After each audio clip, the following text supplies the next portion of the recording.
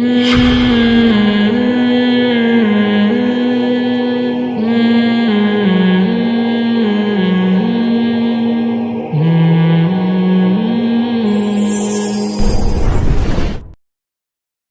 اللہ نے آپ میں کوئی اچھی بات رکھی ہے، کسی نیکی کی توفیق دی ہے، تو اس کا بھی استحضار کرنا چاہیے۔ استحضار کا مطلب اس کے بارے میں ہمیں سوچنا چاہیے، اس کی ہم قدر کریں، اس پہ اللہ کا شکر ادا کریں۔ یہ نہ دیکھیں سب روزے رکھنے تو ہم نے رکھ لیا تو کیا ہو گیا، بھائی سب کا نہیں پتہ، ہم تو نالائق ہیں یار، سب تو بہت نیک ہیں، وہ تو رکھ سکتے ہیں، ہم جیسے نالائق کو اللہ نے توفیق، میرا جو اللہ سے معاملہ ہے مجھے کیا پتہ آپ کا کیا معاملہ ہے، میں تو اپنا معاملہ دیکھوں گا۔ تو ہمارے نبی اپنے آپ کو موٹیویٹ کیسے کرتے تھے؟ رہب الظما، پیاس چلی گئی، وابتلت العروق، رگیں تر ہو گئیں، وثبت الاجر انشاء اللہ، اور اللہ نے چاہا تو اجر ہمارے اعمال میں لکھ دیا گیا، اجر لکھ دیا گیا ہے۔ تو اس سے انسان کو اگلے دن دوبارہ روزہ رکھنے کا حوصلہ ملتا ہے۔ اور گناہ میں الٹا،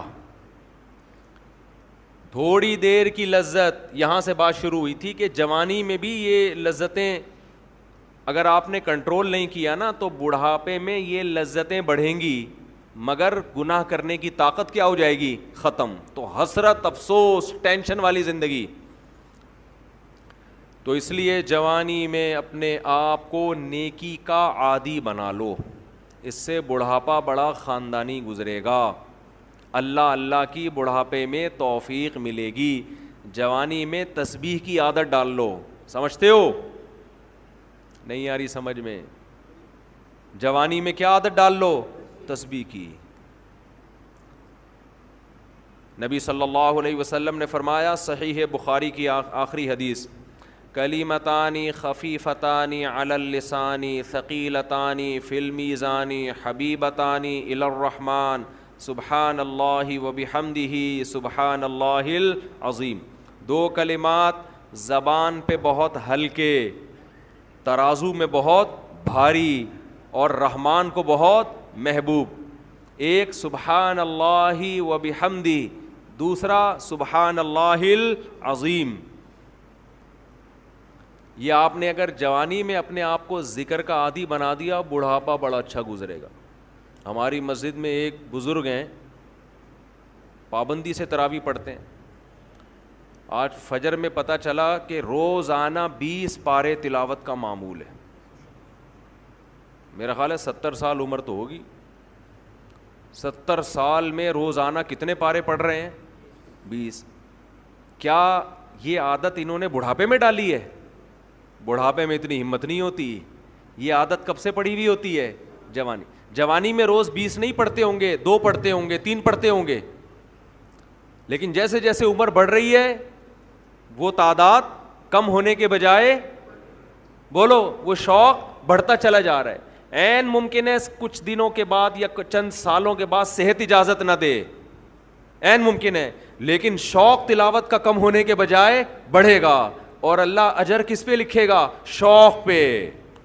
حدیث میں آتا ہے کسی کا کوئی معمول تھا، صحت خراب ہونے کی وجہ سے معمول چھوٹ گیا تو اللہ اس کے اعمال میں وہ نیکی لکھتے رہتے ہیں۔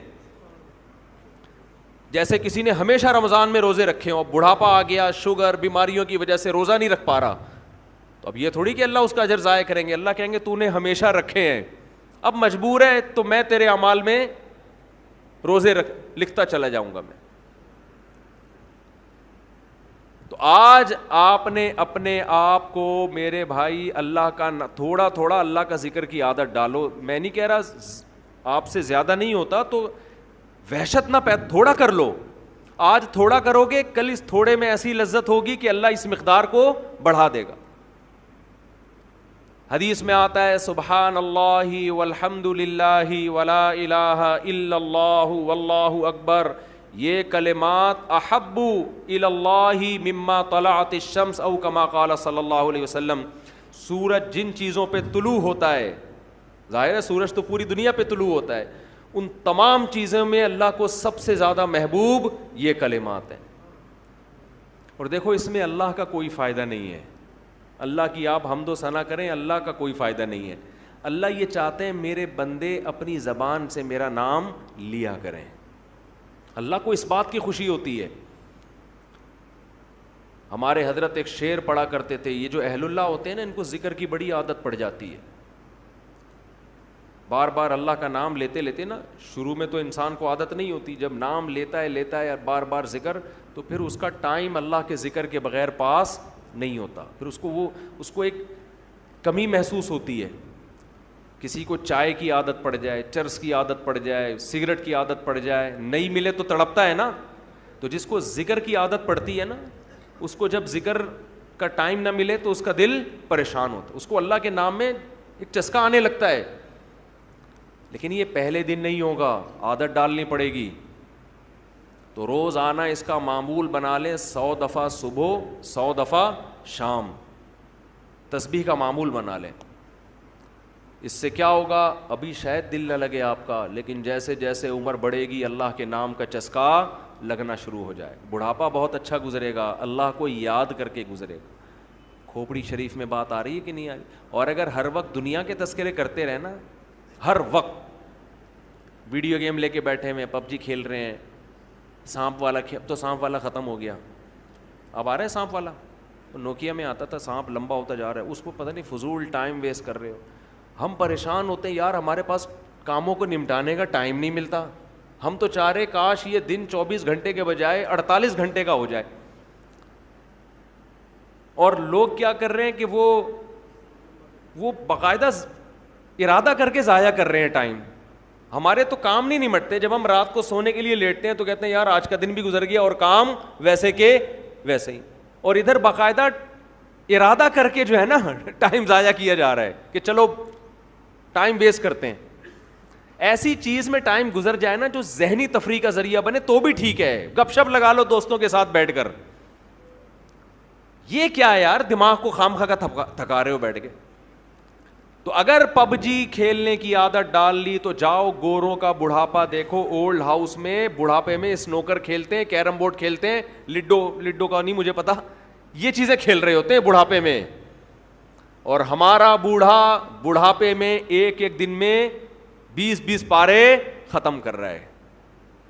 سمجھتے ہو کہ نہیں؟ وہ نماز میں دل بہلا رہا ہے, وہ تہجد میں اس کا ٹائم گزر رہا ہے. بھائی ویڈیو نہ بنائے, لکھا ہوا ہے نا.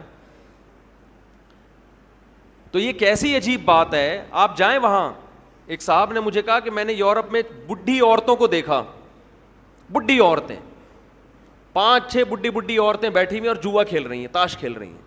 کہہ رہے مجھے یاد آیا یار ایک ہماری بوڑھی ہیں, ہماری بوڑھی عورتیں مصلے پہ بیٹھی ہوتی ہیں, اللہ اللہ کر رہی ہوتی ہیں, آخری وقت اللہ کا نام لے کے گزار رہی ہوتی ہیں. اور ایک یہ بڈھیاں ہیں اور کیا کھیل رہی ہیں, تاش کے پتے. اچھا لگتے ہیں بڑھاپے میں یہ. ہمارے بوڑھے کو دیکھو, آدمی کا دل چاہتا ہے اس سے دعا کروائے کہ بابا جی میرے بھی سر پہ ہاتھ رکھ لو.